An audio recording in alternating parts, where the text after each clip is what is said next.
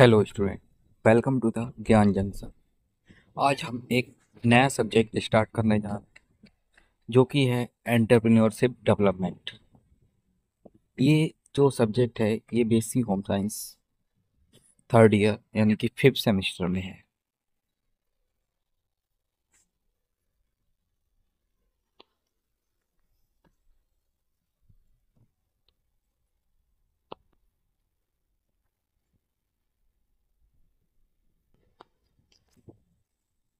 अब इसमें हम जानेंगे कि एंटरप्रेन्योरशिप होता क्या है, क्या कॉन्सेप्ट है, ये एंटरप्रेन्योरशिप है क्या।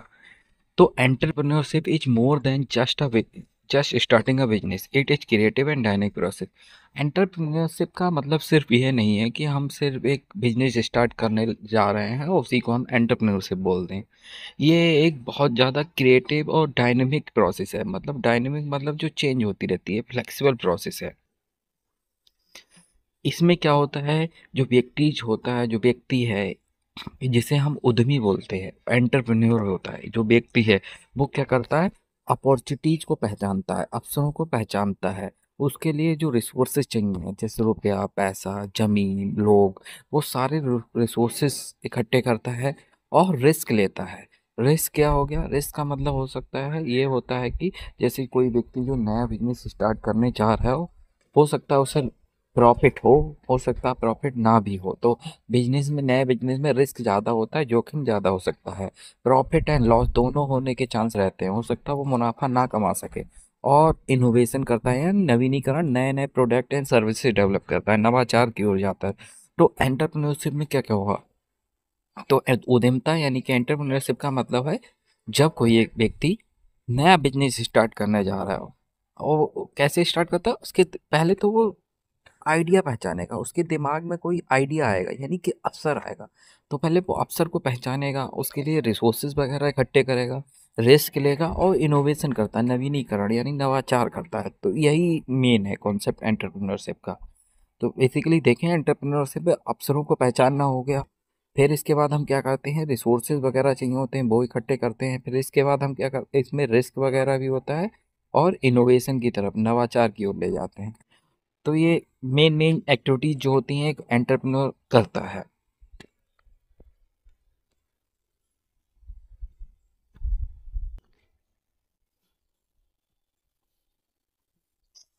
अब अगर हम देखते हैं कि एलिमेंट्स कौन कौन से होते हैं इस कॉन्सेप्ट में, तब तो पहला जो आ जाता है अपॉर्चुनिटीज आइडेंटिफिकेशन। अभी पहले भी बताया है, इसमें जो उद्यमी व्यक्ति होता है वो अवसर को पहचानता है। अवसर यानी कि मौके जो मिलते हैं। An entrepreneur notice a gap in the market and thinks of a new way to fill। जैसे मार्केट में कोई चीज़ अवेलेबल नहीं है या कोई समस्या है, उसको अभी तक कोई सॉल्व नहीं कर पा रहा है, कोई भी मतलब उसके लिए प्रोडक्ट अवेलेबल नहीं है। और वो एंटरप्रेन्योर ने देखा कि मार्केट में कोई समस्या है, लोगों को उसको ज़रूरत है, लेकिन उस ज़रूरत को कोई भी पूरा नहीं कर पा रहा है। तो वो सोचेगा अलग अलग तरीके, किस तरीके से वो लोगों की ज़रूरत को पूरा कर सकता है। जैसे कि एग्जाम्पल लिखा हुआ है, opening an online food delivery service in a city where it is not available. जैसे कोई शहर है जहाँ पे अभी फूड डिलीवरी सर्विस वाली कंपनियां नहीं पहुंची हैं, तो वहाँ पे वो पहुंच सकता है, पहले दूसरों से पहले अपनी फूड डिलीवरी सर्विस स्टार्ट कर सकता है, जहाँ पे वो लोगों को फूड डिलीवर करेगा होम पर जाकर। ये हो गया अवसरों को पहचानना। ऐसी बहुत सारे अपॉर्चुनिटीज होते हैं, हम देख सकते हैं। दूसरा आता है रिस्क टेकिंग, यानी कि वो रिस्क लेगा जो एंटरप्रेन्योर होता है।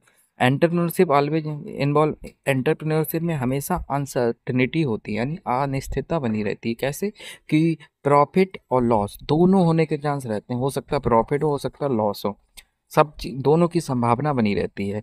Entrepreneur take calculated risk to achieve success. जो एंटरप्रेन्योर होता है वो सोच समझ कर रिस्क लेता है, जिस ताकि वो सफलता प्राप्त कर सके।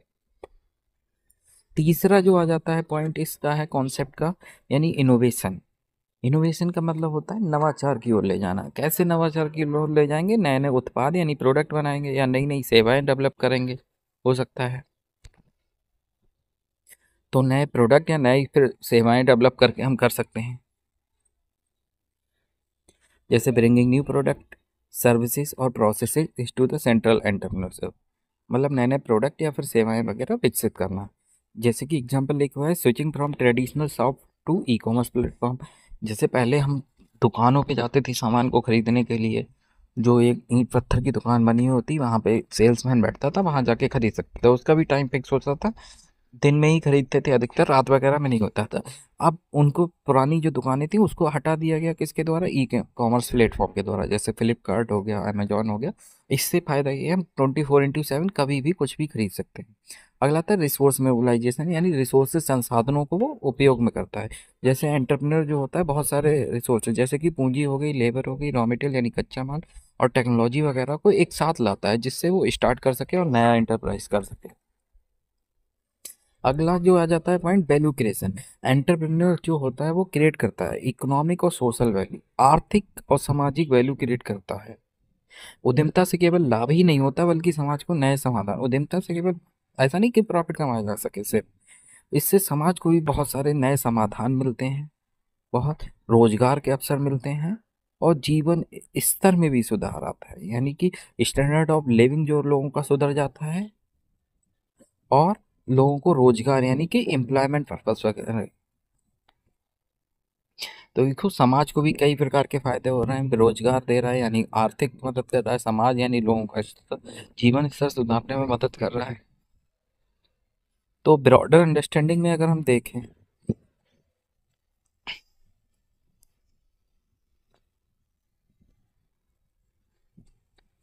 तो entrepreneur is a process of action, मतलब एक क्रियाशील प्रक्रिया है, एक्शन जो हमको काम करने के लिए प्रेरित करती है। It is not a one time है, ऐसा नहीं है एंटरप्रेन्योरशिप की एक ही बार कर ली और फिर बाद में नहीं कर, लगातार हमें एफर्ट लगाने होते हैं ना, कि एक कॉन्टिन्यूस प्रोसेस है जो हमें मदद करता है ग्रो करने में और सस्टेन करने में, कि हम सर्वाइव करें। इसमें विजन चाहिए होता है, यानी कि टेस्टी चाहिए होती है, लीडरशिप नेतृत्व करना होता है, और डिसीजन मेकिंग, बहुत सारे निर्णय वगैरह भी ले जाते हैं।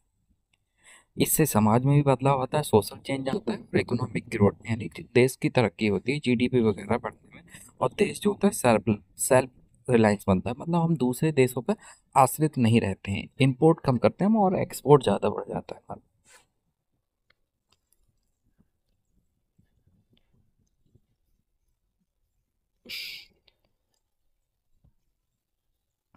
नेक्स्ट आ जाता है हमारा फीचर्स ऑफ एंटरप्रेन्योरशिप, यानी उद्यमिता क्या क्या विशेषताएं हैं। तो entrepreneur has some quality that make it different from ordinary business activities. जो एंटरप्रेन्योरशिप है उसमें कुछ क्वालिटीज होती हैं, तभी वो और जो बिजनेस लोग कर रहे हैं उससे हटकर अलग माना जाता है इसको। तो पहला जो फीचर होता है इसमें इनोवेशन होता है, यानी कि नवाचार, फर्स्ट कैरेक्टरिस्टिक्स इज नवाचार। The core of entrepreneurship is innovation. जो कोर है, मतलब मेन मुख्य आधार जो है एंटरप्रेन्योरशिप का, क्या? नवाचार है। इसका मतलब नए नए प्रोडक्ट और सर्विसेज को डेवलप करना, जिससे हम लोगों की ज़रूरतों को पूरा कर सकें। तो एंटरप्रेन्योर जो है वो क्या करता है, नए नए प्रोडक्ट हैं उसको डेवलप करता है। एंटरप्रेन्योरशिप इंट्रोड्यूस न्यू आइडिया, नए आइडियाज़ लाता है, नए उत्पाद यानी कि product, method, services to meet the need of the people in better way. तो एंटरप्रेन्योरशिप कोई भी नया आइडिया, कोई भी नया प्रोडक्ट या कोई नया मेथड या फिर नई सेवा लेके आता है, जिससे लोगों की ज़रूरतों को पूरा किया जा सके। नेक्स्ट आ जाता है इसमें रिस्क टेकिंग, यानी जो एंटरप्रेन्योर होता है वो रिस्क लेता है। Entrepreneurship involves uncertainty about future outcome. Entrepreneurship में एक जोखिम होता है, क्या जोखिम होता है? कि जो भविष्य में जो हमें फायदा होगा, वो जो परिणाम निकल के आएगा, आउटकम निकल के आएगा, वो अनिश्चित होता है। मतलब कि निश्चित नहीं होगा कि होगा ही होगा, अनिश्चित हो भी सकता है, नहीं भी हो सकता है। तो इसीलिए एंटरप्रेन्योर है सोच समझ कर रिस्क लेता है, कैलकुलेटेड रिस्क होता है, जिससे वो मुनाफा कमा सके और ग्रोथ कर सके। जैसे कोई नया का example, starting startup company without guarantee of success. अगर हम कोई भी स्टार्टअप करें, कोई भी नई कंपनी खोलें, तो उसमें गारंटी नहीं है कि हमें सक्सेस होगी ही होगी, हो सकता है लॉस वगैरह भी हो जाए, ना सक्सेस हो पाए हम। तीसरा जो इसका फीचर आ जाता है वो है ऑर्गेनाइजेशन ऑफ रिसोर्सेज, यानी जो एंटरप्रेन्योर है वो क्या करता है, बहुत सारे रिसोर्सेज, जैसे पहले भी बताया है हमने, एक जैसे लैंड, जमीन, दूसरा लेबर यानी श्रमिक, तीसरा यानी कैपिटल, पूंजी, प्लस टेक्नोलॉजी, तकनीकी। ये सारे फैक्टर्स होते हैं जो कि हमें मदद करते हैं उत्पादन वगैरह करने में। तो ये सारे फैक्टर्स को इकट्ठे करने का काम किसका होता है? एंटरप्रेन्योरशिप। का होता है, यानी वो रिसोर्सेज को इकट्ठा करता है, संगठन करता है, इन्हीं की मदद से वो उत्पादन करता है, यानी कि प्रोडक्ट और सर्विसेज बनाएगा। नेक्स्ट आ जाता है विजन एंड लीडरशिप, यानी दृष्टि और नेतृत्व। Entrepreneur require clear vision of future goal. Entrepreneurship में क्या होता है कि उसमें क्लियर भविष्य के हमारे गोल क्या है, लक्ष्य क्या है, उसका क्लियर दृष्टि, क्लियर विजन होना चाहिए। हमें पता होना चाहिए कि हमें क्या अचीव करना है, कैसे अचीव करेंगे उसको। एंटरप्रेन्योर जो होगा, entrepreneur guide their team, motivate worker and show leadership quality. जो एंटरप्रेन्योर यानी उद्यमी व्यक्ति होगा वो अपनी टीम को गाइड करेगा, वर्कर्स जो होंगे वहाँ को उनको मोटिवेट करेगा और लीडरशिप क्वालिटीज दिखाएगा। वैल्यू क्रिएशन अगला आ जाता है। वैल्यू क्रिएशन पहले भी बताया है, जो एंटरप्रेन्योर होता है वो लोगों को ऐसा नहीं सिर्फ अपने फायदे के लिए होता है, सिर्फ मुनाफा कमाने के लिए वो कर रहा है। इससे वो लोगों को वैल्यू प्रोवाइड कराता है, मूल्य प्रोवाइड कराता है। कैसे? क्योंकि उससे इकोनॉमिक और सोशल दो बेनिफिट मिलते हैं जिससे समाज का फायदा। इकोनॉमिक बेनिफिट कैसे होता है? जैसे रोजगार दे के, एम्प्लॉयमेंट दे के। सोशल यानी अच्छी वस्तुएं प्रोवाइड करके, कम दामों पे अच्छी क्वालिटी की उत्तम गुणवत्ता वाली वस्तुएं प्रोवाइड करके उनका जीवन शैली यानी स्टैंडर्ड ऑफ लिविंग जो होता है सुधर जाता है। अगली जो विशेषता आ जाती है वो एंटरप्रेन्योरशिप की, वो है एंटरप्रेन्योरशिप कैसी प्रोसेस है? एक डायनेमिक प्रोसेस है, यानी गतिशील प्रक्रिया। एंटरप्रेन्योरशिप जो है जिसे हम उद्यमिता बोलते हैं वो स्टैटिक नहीं है, फिक्स नहीं है, वो बदलती रहती है, यानी कि डायनेमिक है, लगातार उसमें बदलाव होते रहते हैं। जैसे जैसे बिजनेस इन्वायरमेंट यानी व्यावसायिक पर्यावरण में बदलाव होते हैं, जैसे कोई टेक्नोलॉजी चेंज हो रही है या मार्केट डिमांड बढ़ रही है, घट रही है, सामाजिक ट्रेंड बदल रहे हैं, तो उसी के अकॉर्डिंग हमें अपने बिजनेस में बदलाव करने होते हैं। इसीलिए जो एंटरप्रेन्योरशिप वो एक ऐसी प्रक्रिया है, डायनेमिक प्रोसेस है, यानी चेंजेबल है, जो बदलती रहती है जैसे जैसे बाहर पर्यावरण चेंज होता है। नेक्स्ट आता है इकोनॉमिक एंड सोशल इम्पैक्ट। जो हमारी जो एंटरप्रेन्योरशिप है उसका इकोनॉमिक और सोशल इम्पैक्ट क्या पड़ता है? तो एंटरप्रेन्योरशिप का इकोनॉमिक इम्पैक्ट ये है कि उससे देश का जीडीपी यानी gross domestic product, economic growth, देश का आर्थिक विकास होता है। एज वेल एज क्या हो जाता है, उसका सोशल वेलफेयर, समाज का भी फायदा हो जाता है। जैसे कि इससे अनएम्प्लॉयमेंट कम होता है, लोगों को रोजगारी मिलती है, गरीबी घटेगी और असमानता, अनइक्वलिटी है, जो गरीब अमीर के बीच का गैप है वो भी कम होता चला जाएगा। तो हम देख लेते हैं कौन कौन से फीचर थे। तो एंटरप्रेन्योर का पहली फीचर जो था वो था इनोवेशन यानी कि नवाचार। दूसरा जो फीचर है इसका वो है रिस्क टेकिंग, जोखिम लेना। तीसरा जो इसका फीचर आ जाता है वो है ऑर्गेनाइजेशन ऑफ रिसोर्सेज, यानी कि रिसोर्सेज, संसाधनों को इकट्ठा करता है। नेक्स्ट आ जाता है इसका जो फीचर है वैल्यू एंड लीडरशिप।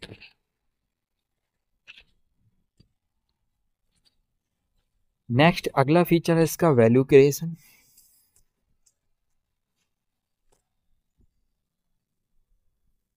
इससे नेक्स्ट जो फीचर है वो है डायनेमिक प्रोसेस है। और इसका नेक्स्ट सेवेंथ नंबर का जो फीचर है इकोनॉमिक एंड सोशल इम्पैक्ट, यानी आर्थिक और सामाजिक प्रभाव क्या पड़ेगा एंटरप्रेन्योरशिप का। अब हम डेफिनीशंस देख लेते हैं कि एंटरप्रेन्योरशिप की परिभाषा क्या है। तो पहली अगर परिभाषा देखें जो किसने दी है, जोसेफ सुम्पीटर की परिभाषा, यानी जोसेफ सुम्पीटर ने जो डेफिनेशन दी है, तो इस इनके अकॉर्डिंग क्या है, जो entrepreneurship is a carrying out new combination of resources that lead to innovation. मतलब रिसोर्सेज हमें पता है कौन कौन से होते हैं, उनको किस कॉम्बिनेशन में लगाना है जिससे हम इनोवेशन यानी नवाचार की तरफ जा सकें, इसी को एंटरप्रेन्योरशिप कहते हैं। जैसे कि ई व्हीकल लॉन्च करना, टेस्ला कंपनी के द्वारा जो इलेक्ट्रिक व्हीकल आ रहे हैं वो लॉन्च करना, किसकी परिभाषा है के एग्जाम्पल है, जो अभी हमने जोसेफ सोम पीटर की परिभाषा का एग्जाम्पल है। इसमें क्या हुआ, रिसोर्सेज तो वही सारे हैं, उन्हीं का यूज करके हम कुछ नया डेवलप करा है टेस्ला ने, जैसे कि इलेक्ट्रिक व्हीकल डेवलप कर रहे हैं। और भी परिभाषाएं दी हुई हैं, कोई भी हम याद कर सकते हैं। पीटर ड्रकर की डेफिनेशंस भी दी हुई हैं। इनके according entrepreneurship is a systematic innovation which mean purposeful search for change and exploiting an opportunity. Third definition भी दी है, हम कोई भी जो अच्छी लगे वो याद कर सकते हैं। नेक्स्ट आ जाता है हमारा नीड ऑफ एंटरप्रेन्योरशिप, यानी एंटरप्रेन्योरशिप उद्यमिता की आवश्यकता क्या है। पहले भी तो बिजनेस हो रहे थे लेकिन हमें एंटरप्रेन्योरशिप की क्यों जरूरत पड़ी, किस लिए जरूरत पड़ी, ये कहाँ, क्या, कब, क्यों, कैसे जरूरत पड़ी एंटरप्रेन्योरशिप की, उसकी क्या आवश्यकता है। तो पहली जो एंटरप्रेन्योरशिप की नीड है, यानी कि फर्स्ट पॉइंट है एम्प्लॉयमेंट जनरेशन। पहला एंटरप्रेन्योरशिप के एक प्रकार से फायदे समझ लो, फायदे क्या है।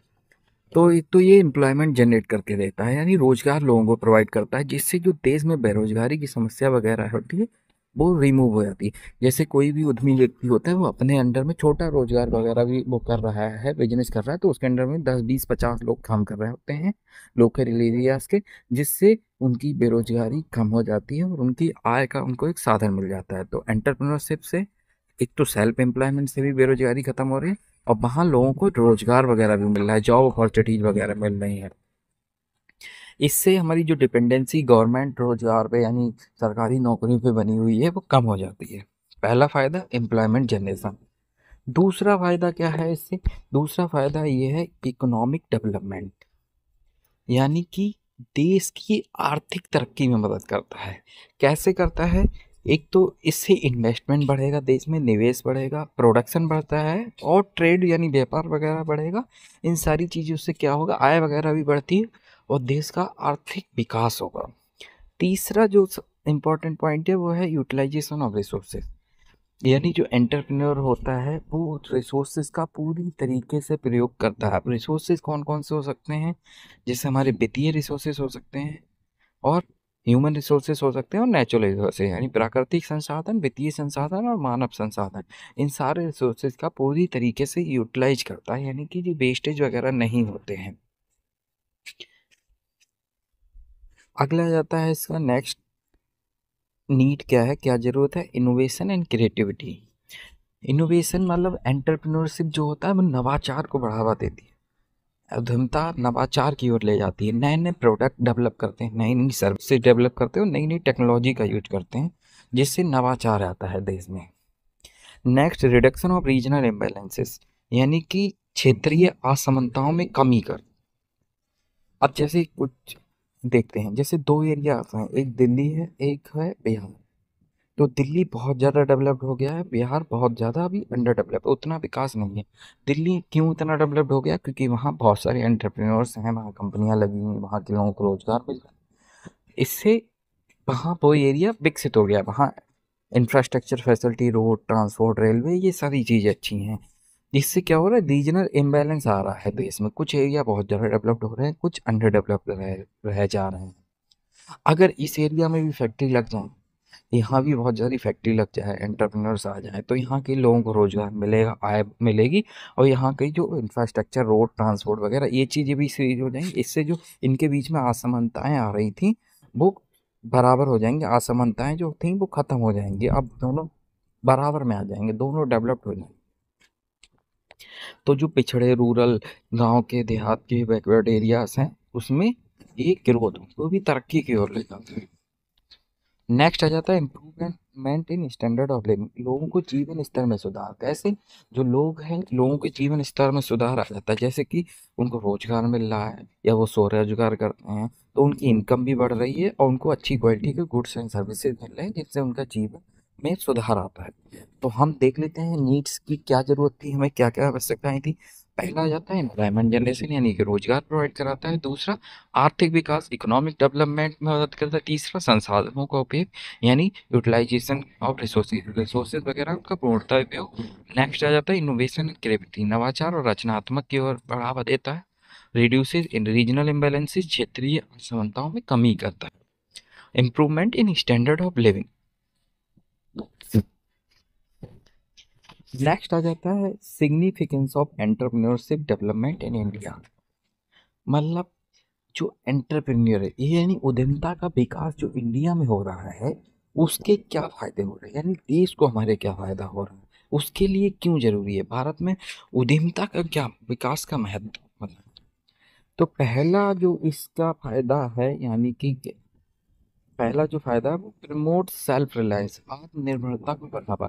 जैसे हमने देखा होगा, हम बहुत सारी चीज़ों के लिए, इलेक्ट्रॉनिक्स के लिए अधिकतर चाइना पर आश्रित हैं, और बहुत सारी चीज़ें यानी कि एग्रीकल्चर प्रोडक्ट भी हम कहीं ना कहीं अमेरिका से इंपोर्ट करते थे, जबकि हमारे यहाँ भी सबसे ज़्यादा खेती बाड़ी होती है तब भी। तो क्यों ना हम आत्मनिर्भर बने, सारी चीज़ें अपने देश में ही बनाने लगें और दूसरे देशों की भी एक्सपोर्ट करें, जिससे हमारी राष्ट्रीय आय भी बढ़ेगी, फॉरेन एक्सचेंज हम ज़्यादा कमा सकेंगे।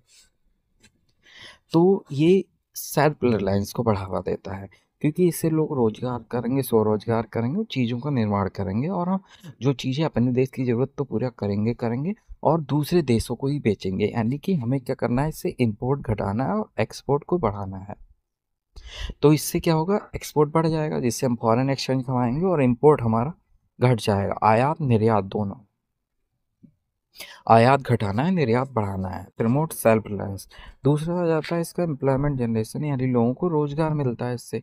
जैसे देश में बहुत सारी बेरोजगारी है, लोगों के पास रोजगार नहीं है, तो दूसरा फायदा क्या होता है, देश में जो बेरोजगारी है, अनएम्प्लॉयमेंट है, उसको क्या है, कम करने में मदद करता है। यानी अनएम्प्लॉयमेंट बेरोजगारी को कम करता है, लोगों को जॉब अपॉर्चुनिटीज देकर या स्वरोजगार देकर।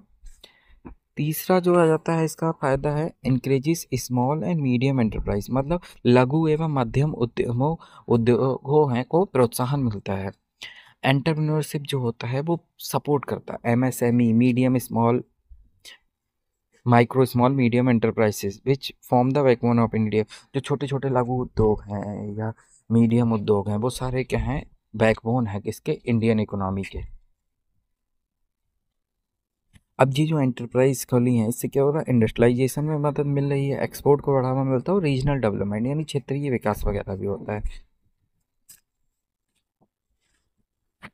नेक्स्ट आ जाता है सपोर्ट रूरल डेवलपमेंट, यानी जो गांव वगैरह देहात में उसका भी विकास होता है। जैसे entrepreneurship in rural India increases local industries.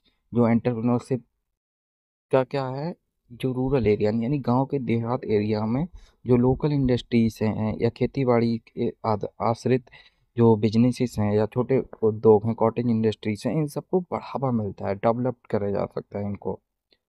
इससे क्या होगा, रूरल से जो अर्बन की तरफ लोग भागे जा रहे हैं जॉब के चक्कर में, गांव एरिया से शहरी एरिया में जाते हैं जॉब के चक्कर में, वो कम हो जाएगा, और लोगों का स्टैंडर्ड ऑफ लिविंग जो गांव में भी है वो भी इम्प्रूव हो जाएगा। नेक्स्ट आ जाता है इसका प्रमोट्स वुमेन एंटरप्रेन्योरशिप, यानी महिला उद्योगपतियों को भी बढ़ावा देता है ये।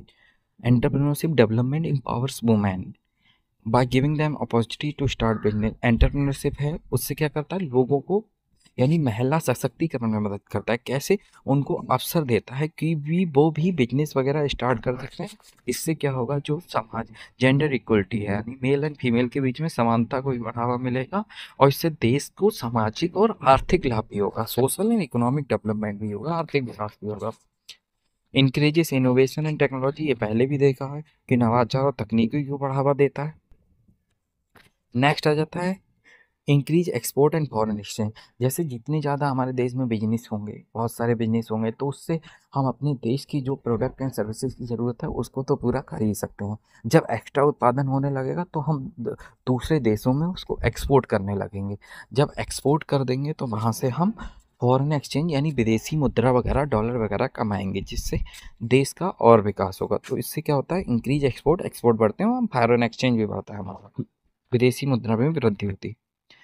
रिड्यूसिस रीजनल इम्बेलेंसेस, ये भी पहले भी पढ़ा है, यानी जो क्षेत्रीय असमानताएं हैं उसको ख़त्म करता है। जैसे दिल्ली यूपी में जो असमानताएं हैं या दिल्ली बिहार में असमानताएं हैं।